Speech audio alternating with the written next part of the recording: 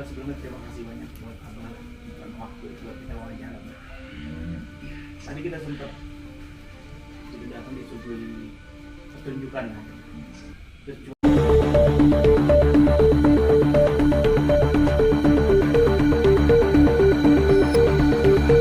tentang Jalak Banten Nusantara ini tuh wadah apa sebenarnya dan sejak kapan abah membuat paguyuban ini dan tujuannya apa? Ya, KJBN ini bukan ormas, dia budaya. Pemerintah mengatakan bangsa besar, bangsa nilai budaya luhur moyangnya, bangsa yang bermartabat. Bukan ormas, budaya luhur moyang. Ada riwayat, ada sejarahnya. Apa sejarahnya? Abad 15 di Banten masih kerajaan. Siapa rajanya? Namanya Pangeran Pucukung. Nama lengkapnya Prabu Pucukung. Punya adik Nimas Ratu Kaungan. Punya pati yang terkenal kembar Sakti Mandraguna. Ajarjo Ajarju. Terkenalnya Dimas Jong Agus Jong. Lo ada kesultanan baru raja. Putra siapa Raja Banten Pucukung dengan Nimas Ratu adiknya putra penama Sorapati Sorosoan dari kerajaan Pajajaran. Beragama Hindu.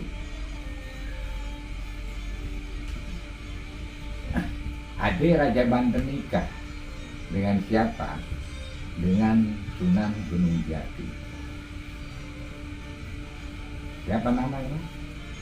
Sarip Hidayatullah. Maka di sini ada sejarah, ada prasejarah, ada ultrasejarah. Sejarah baru kita yakin belum ketemu siapa-siapa. Prasejarah baru tingkat anak yakin, tahu nama, nggak tahu wajah.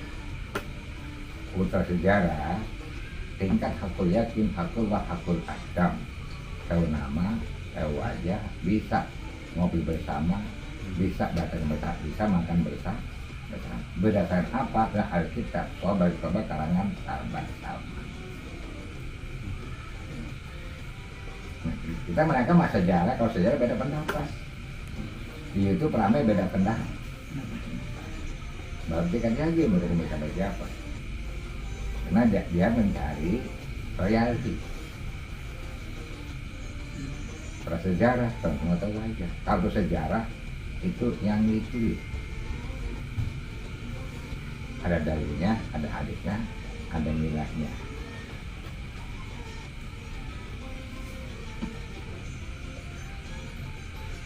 Jadi Sunan Gunung Jati nikah dengan adiknya Raja Banten, ditunain putra, laki dua, wanita satu.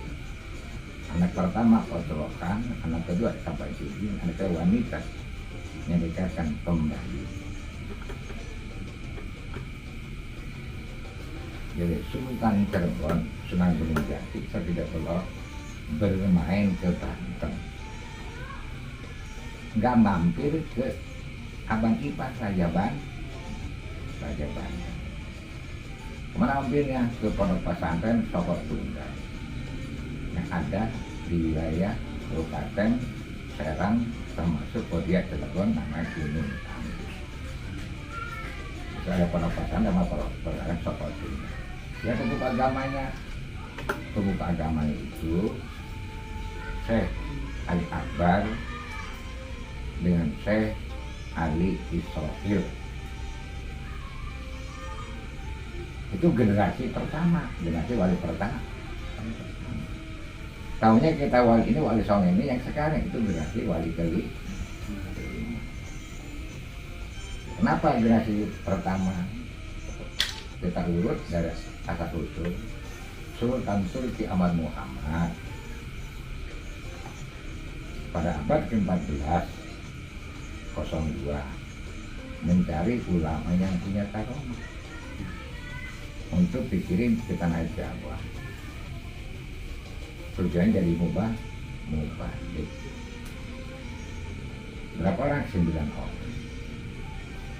Satu saya alih, satu yang dikatakan saya Subakir, 2 ulama di 3 Mendiri Kubro, 4 Mulai Iftar, 5 Mulai Ibrahim, 6 Syah Sanuddin, nama lakonnya Syekh Fardul Ain yang melakukan dikatakan, 7 Syekh Aliuddin, 8 Ali Akbar, 9 Ali Isra.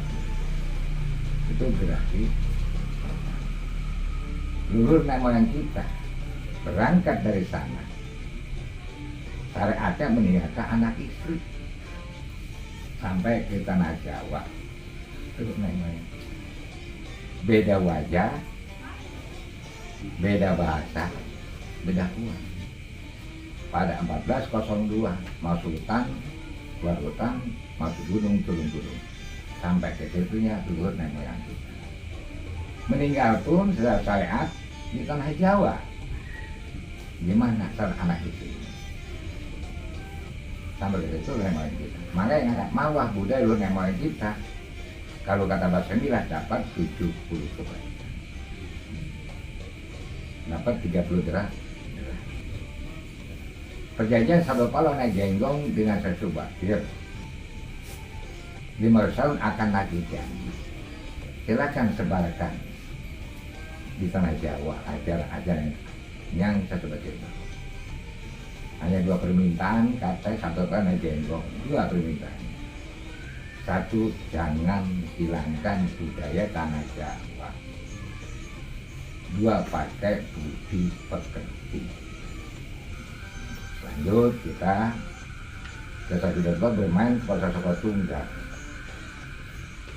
Bertemu dengan pemuka agama, saya Ali Subakir dengan saya Ali Akbar.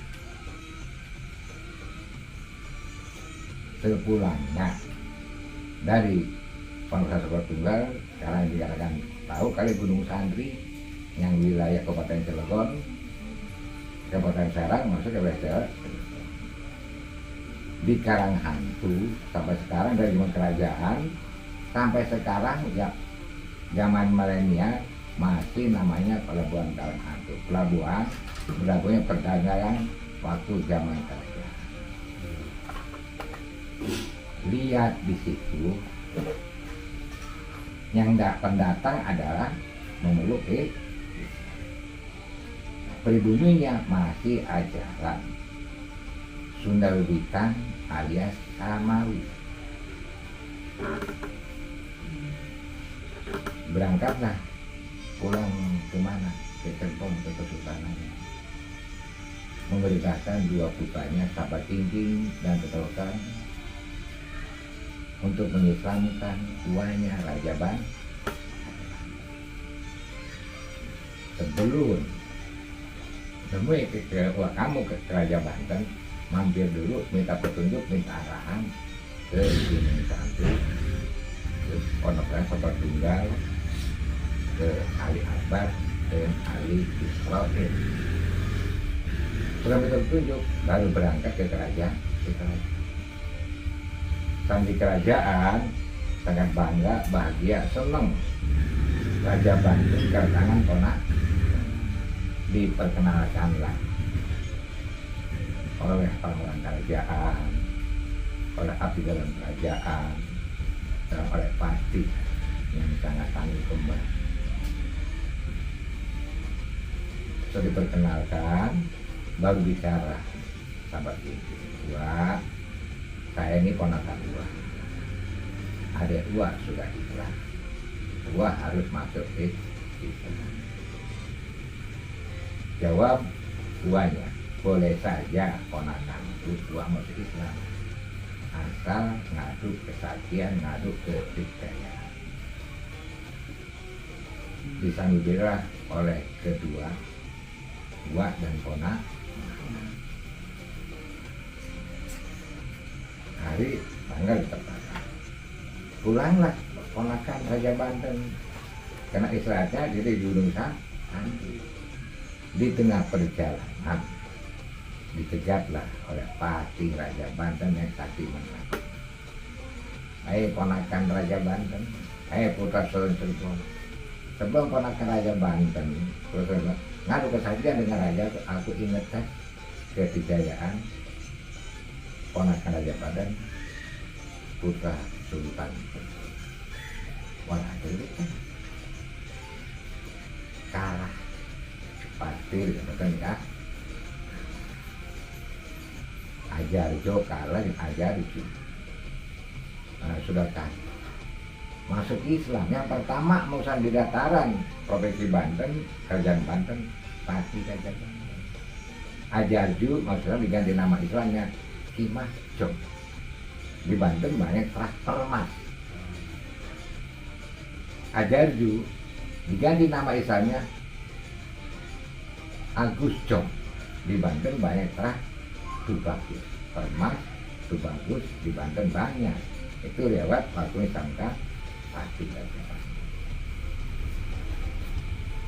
Bergabunglah dengan sahabat ini pelokan dengan pengikut Ali Abah Asrofil. Jadi kalau waktunya kita tentukan berangkatlah ke Kerajaan Banten kena mengadu kesakti.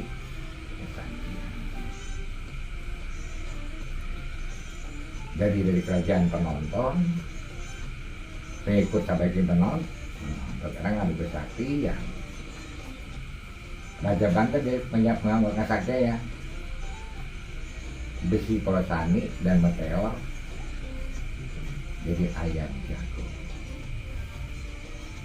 Sabak King berikan ayam dari sorbannya Syarif Akbar dibacakan doa dibuat jadi ayam jago.